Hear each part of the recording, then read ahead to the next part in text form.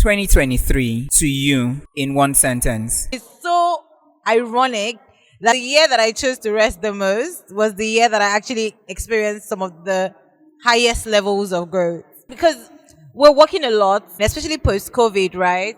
Everybody just feels the need to do something extra, put extra effort. Because to prove yourself, I don't know. COVID made things hard, man. And especially with remote work, you need to sort of prove that you're working, hit your KPIs, all of those things. And I've noticed so many people get burned out. People think that the answer to such an experience is really to give up, to start a new career, to do something else. But really, it's just to rest. Take a moment, pause, evaluating all of the decisions you've made in the past and which ones have worked the most for you. And then picking the top 2 that you focus on and just doing that. But rest. We didn't come to this world to work and die. Right, but also enjoy life. There's so much to see in the world. There's so much to do. There are so many connections to build. And when you approach things from a place of rest, the energy is there.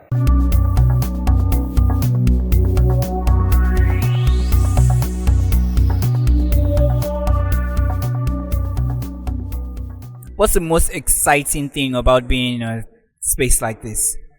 I think it's the energy. It's definitely the energy. Just seeing the people excited, seeing people eager to learn, seeing people connect, seeing people run into each other, people they've probably connected with a lot online, but they've never really met in real life. You know, the tech community has that thing because everybody is working remotely. Yeah. And so it's really difficult to really see your colleague, your friend, and everybody just seems to be connecting. It's beautiful. The energy is beautiful. I've met a couple of persons here that probably 2 years. We've been talking virtually 2 years, and I knew they were going to be here. I'm like, okay, I'm going to crash into this person. Like, I know, I planned I was going to meet this person here. And then there's some persons I didn't even expect. Like, I just bumped into them and like, oh yes, you're the one, right? I'm telling you. And you know, the cool thing is like the Africa Tech community is expanding. And so there's so many Africa Tech communities in different facets. So you have like fintech community, dev communities, and people have been interacting on Slack, on WhatsApp, on Telegram, but they've never really met. And so when they see each other, they're like, you are in this community. And they're like, yes. And everybody's just excited. It's beautiful. It's beautiful. Okay. 2023 to you in one sentence. 2023 was my year of rest and the most growth. And it's so ironic that the year that I chose to rest the most was the year that I actually experienced some of the highest levels of growth. It's beautiful. So to everyone who is watching you now, rest. Right? I mean, because we're working a lot, every single one of us. Everybody seems to be running, especially post-COVID, right? Everybody just feels the need to do something extra, put extra effort. Because to prove yourself, I don't know. COVID made things hard, man. And especially with remote work, you need to sort of prove that you're working, hit your KPIs, all of those things. And I've noticed so many people get burned out. Post-COVID, people have been getting burned out, you know, and people think that the answer to such an experience is really to give up, to start a new career, to do something else. But really, it's just to rest. Take a moment, pause, evaluate what you've done. Evaluate and say, okay, which things worked, which things didn't work? What am I happy doing? What am I happy not doing? What are the things that I'm just doing out of like, you know, showing up? What are the things I can delegate? Just taking a moment, pausing, reflecting, evaluating all of the decisions you've made in the past and which ones have worked the most for you. And then picking the top 2 that you focus on and just doing that. But rest. We didn't come to this world to work and die. That's not why we're here. And I know everybody says grind, but grind, but also enjoy life. There's so much to see in the world. There's so much to do. There are so many connections to build. And when you approach things from a place of rest, the energy is there. So people might feel even more relaxed interacting with you as opposed to feeling pensive or tensioned when they're speaking to you. Yeah. The whole conversation around mental health, how important is it to those of us in the tech space? I think it's important to everybody, but even in the tech space, it's more important because sometimes the stress that you experience is not visible. You can't explain it. Okay. You've been staring at your just laptop feel for it. hours. You've not moved.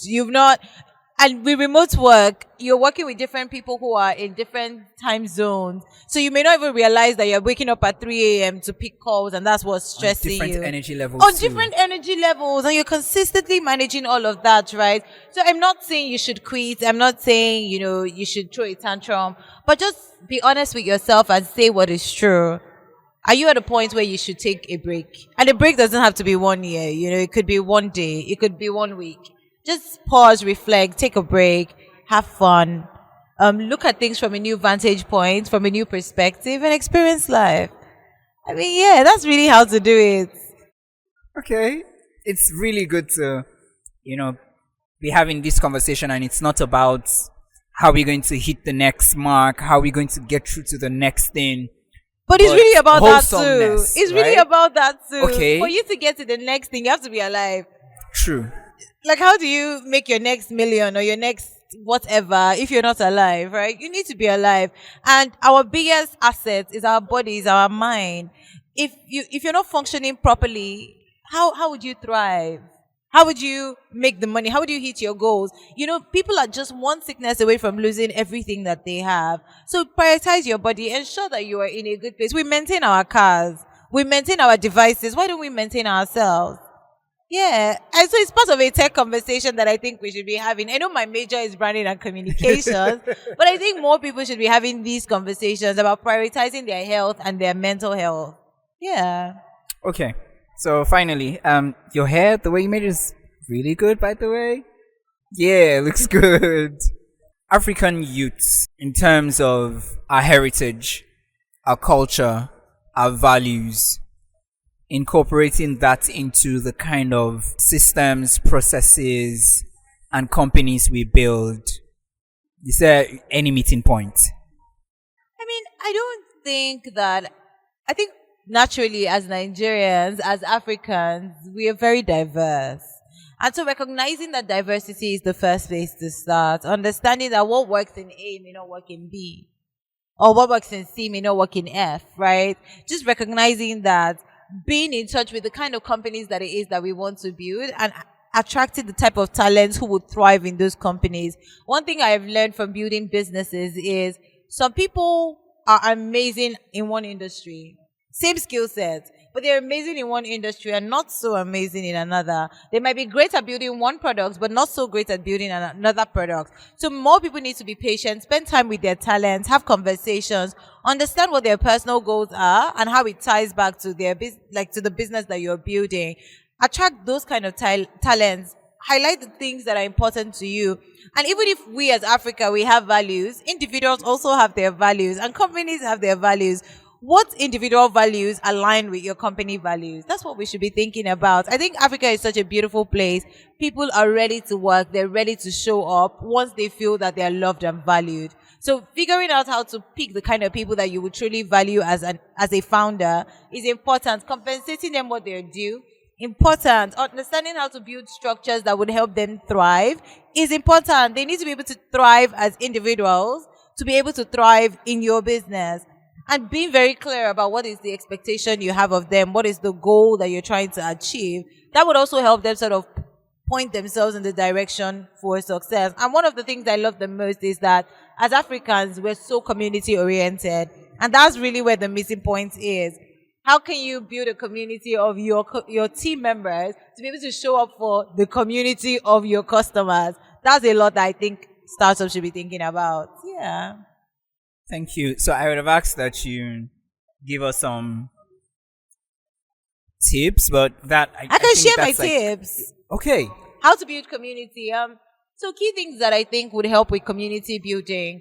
I approach community and I love religious institutions so much because I think that the hallmark of community building, right? Okay. Because think about it. When you say church, if you're an unbeliever and you walk into a church, you're not yet a member. You're a first-time worshiper. Yeah. There is a clear demarcation between a member and a Christian. So you might be a Christian or you might be an interested person in Christianity, but you're not a Christian yet. Christianity has a hallmark, which is you have to accept Jesus. And I think Islam has theirs as well. Different religions have theirs. There's a thing you have to do to identify with that religion. So you need to accept Jesus first. to be a Christian, but being a Christian doesn't mean you're a member of a church. Yeah. And so they would induct you, and they will have like an onboarding session to induct you into the church and tell you what values they live by, what principles they live by, and what is important to them. And they go from there again, and then they give you different tiers and possibilities that within the community you can see ways that you can grow. Bringing this back into normal community building, first, identify what value systems matter to you. What is the shared value system that we have? What brings us together? What is the one thing we all agree on that makes this community a community? Is it a shared interest, shared hate, shared love, shared what? It needs to be something shared. People need to also care about each other in your community. A community needs to thrive beyond you as an individual. It needs to thrive beyond your product. People need to be able to look out for each other. So is there an onboarding process that you have that would help your old members bring in your new members and make them feel as comfortable? Is there opportunity for growth as well? That's important.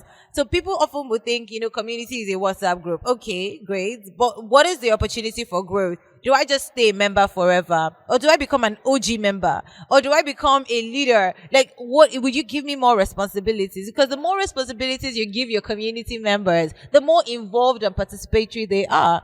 Do you tell them how would they introduce themselves when they're outside? Are they do they love you so much? Have you seen Manchester United fans when they're arguing with Chelsea fans, explaining why they're the greatest? Because there are things that they love, there are things that they value, there are things that bring them together. There's a reason that they chose the club that they're in. Yeah. And so that's really important. And building community, I think, works the same way. If you're looking to build a community, don't just look at, I want to create a WhatsApp group or a social media forum where people can gather. Yeah. But think of, what is the thing that we stand by? What is the thing that we live by? Why would our members defend us outside? Why would our members be proud to identify with us? And how do we keep nurturing their interests and supporting them in a way that they like to be supported, but also being catalysts to support other community members? I think those are it's a master class. I can't teach it all in one day, but I've learned a lot already. And every time this happens, every time I have a conversation with you, I take something away, like Nairobi, Lagos again, always. Thank you for everything that you do. Thank you. For the space. Thank you so much. Thank you for having me. Thank you. Thank you so much.